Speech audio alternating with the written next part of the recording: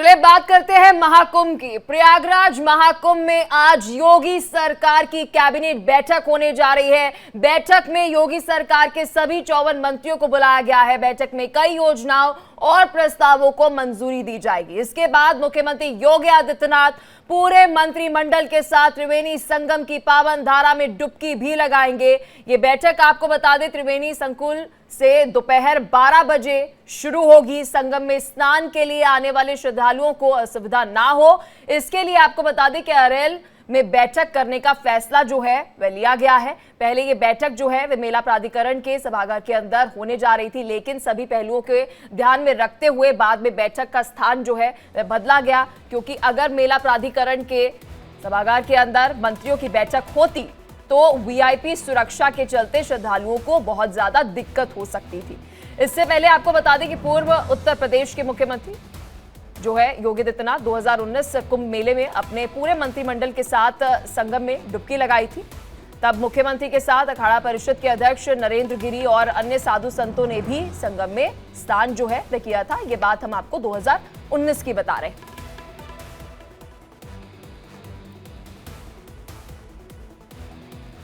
वही योगी कैबिनेट की बैठक को लेकर बड़ी अपडेट आपको दे दें, जहां पर प्रयागराज में सुरक्षा के पुख्ता इंतजाम किए गए हैं। कुंभ मेला क्षेत्र में आपको बता दें कि डीआईजी वैभव कृष्ण का क्या कुछ कहना है, चलिए आपको वह भी सुनाते हैं।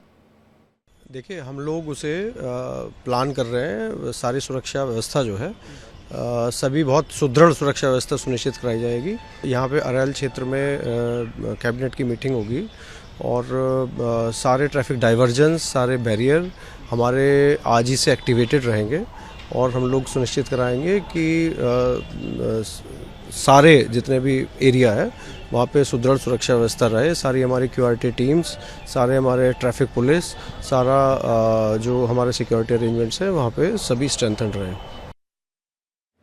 चलिए इसी खबर पर और अधिक जानकारी के साथ मेरे सहयोगी अखंड प्रताप शाही हमारे साथ जुड़ चुके हैं। अखंड, खबर पर क्या कुछ अपडेट, क्या कुछ तैयारियां हैं इस बैठक को लेकर और इस बैठक में क्या कुछ मुद्दों पर चर्चा जो है वह की जाएगी? देखिए, एक तो सबसे बड़ी चीज यही है कि पूरी कैबिनेट बैठक जो हो रही है, 54 मंत्री पहुंच रहे हैं, मुख्यमंत्री योगी आदित्यनाथ उसमें शामिल है। ये सभी लोग लखनऊ में विधानसभा में न बैठ के इस बार जो कैबिनेट बैठक कर रहे हैं वो कैबिनेट बैठक संगम के तट पर हो रहा है। वो अस्थायी शहर जो बसाए गए हैं वहां पे हो रहा है। वो अस्थायी जो टेंट सिटी बताई गई है उसमें उसके अंदर किया जा रहा है और अरेल घाट के पास इसमें किया जा रहा है। ये पूरी तैयारी एक तरीके से ये बताने की कोशिश है कि सरकार पूरी तरीके से तैयार है और संगम कितना महत्वपूर्ण है और उससे ज्यादा महाकुंभ का आयोजन प्रदेश के लिए कितना महत्वपूर्ण है और देश को देश की तरफ से एक मैसेज देने की कोशिश है वैश्विक स्तर पर। अब दूसरी चीज कि क्या कुछ चीजें इसमें देखने को मिल रही हैं, क्या कुछ चीजें हो सकती हैं, तो सबसे बड़ा निर्णय जो माना जा रहा है कि एक प्रस्ताव लाया जाएगा इसमें जो एक तीर्थ क्षेत्र प्राधिकरण के स्टाइल में तैयार किया जाएगा। एक तीर्थ क्षेत्र प्राधिकरण का प्रस्ताव लाया जाएगा और ये प्रस्ताव 5 जिले होंगे, 5 महत्वपूर्ण जिनमें वाराणसी है, मिर्जापुर है और प्रयागराज उसमें शामिल है, चित्रकूट को भी उसमें शामिल करने की बात कही जा रही है। तो इस तरीके से 5 जिले आसपास के हैं जिनमें जो महत्वपूर्ण देवी स्थान है या देवस्थान है या फिर ऐसे जहां पे पर्यटन की संभावनाएं ज्यादा हैं, चाहे वाराणसी हो, चाहे विंध्यवासिनी देवी का मंदिर हो और चाहे संगम हो जहां पे बहुत सारे संगम क्षेत्र हो यानी प्रयागराज हो। तो ये सारे क्षेत्र और चित्रकूट का तो अपना अलग स्थान है ही जहाँ पे कामदगिरी पर्वत और तमाम जो महत्वपूर्ण तीर्थ स्थल हैं, वो सारी चीजों को एक साथ समाहित करते हुए एक प्राधिकरण बनाने का प्रस्ताव लाने की तैयारी है कि लोग जब आए, देश दुनिया से पहुंचने वाले जो पर्यटक हैं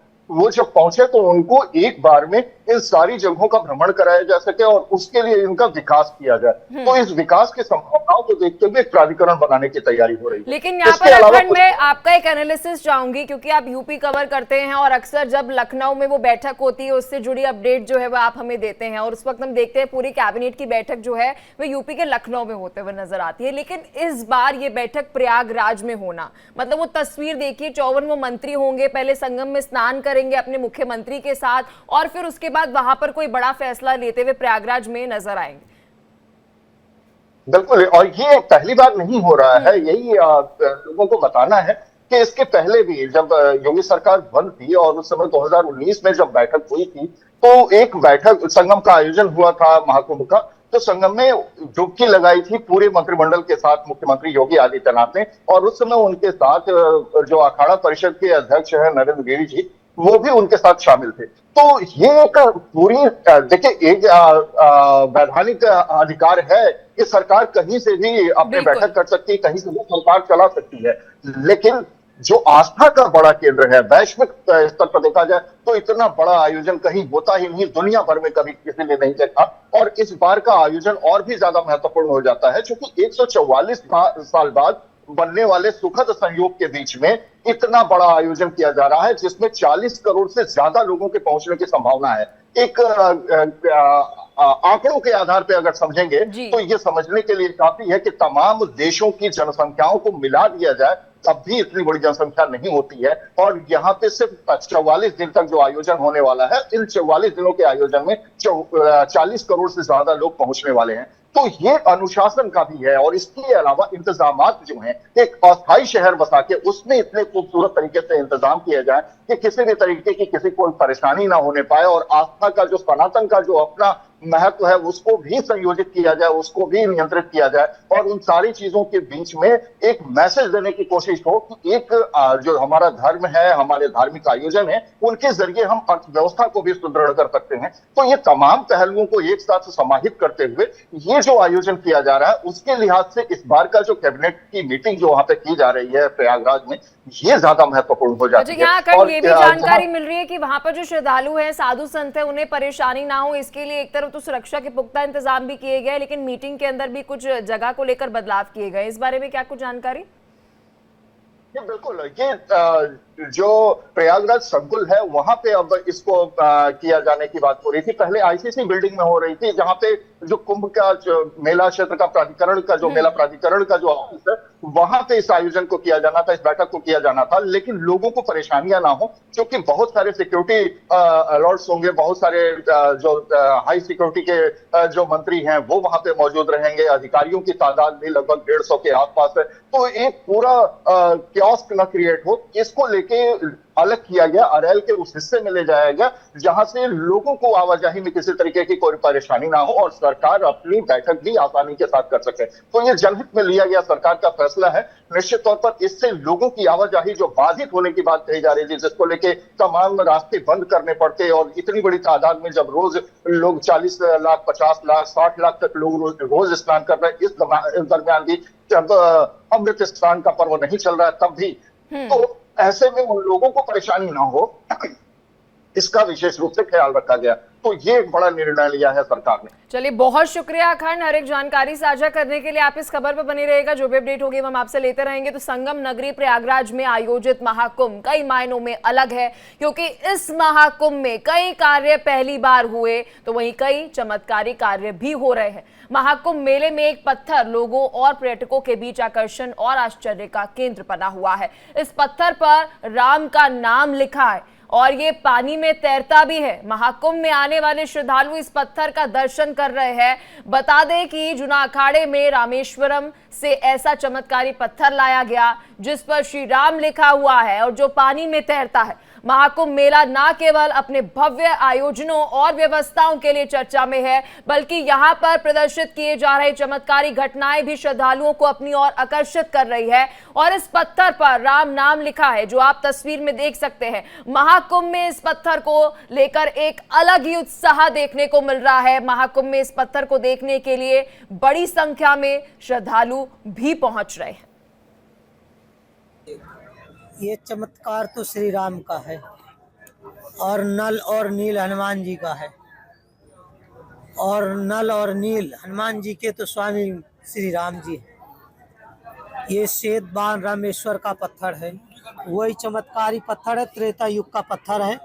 और त्रेता युग पता नहीं अब कितने समय बीत गए, कितने वर्ष बीत गए, उसका कोई अंदाज नहीं। ये हमारे गुरुजन, जो बुजुर्ग गुरुजन थे, वो गए थे वहाँ और उन्हें ये मिला था, और उन्होंने यहाँ आश्रम में लाए और हर कुंभ मेले में इसको ले जा करके और सबको दर्शन करवाया जाता है। Diwali. Diwali is a festival lit with sharing. And some gifts aren't given, they are expressed. No way!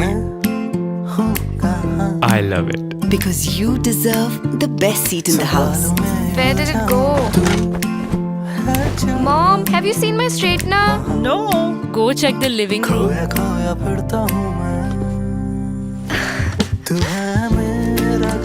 You light up every room you enter.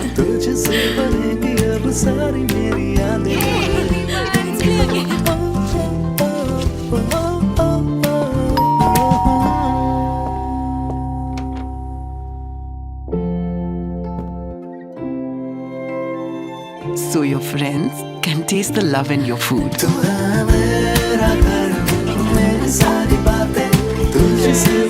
This Diwali, unwrap emotions with Speaking Gifts by Home Center.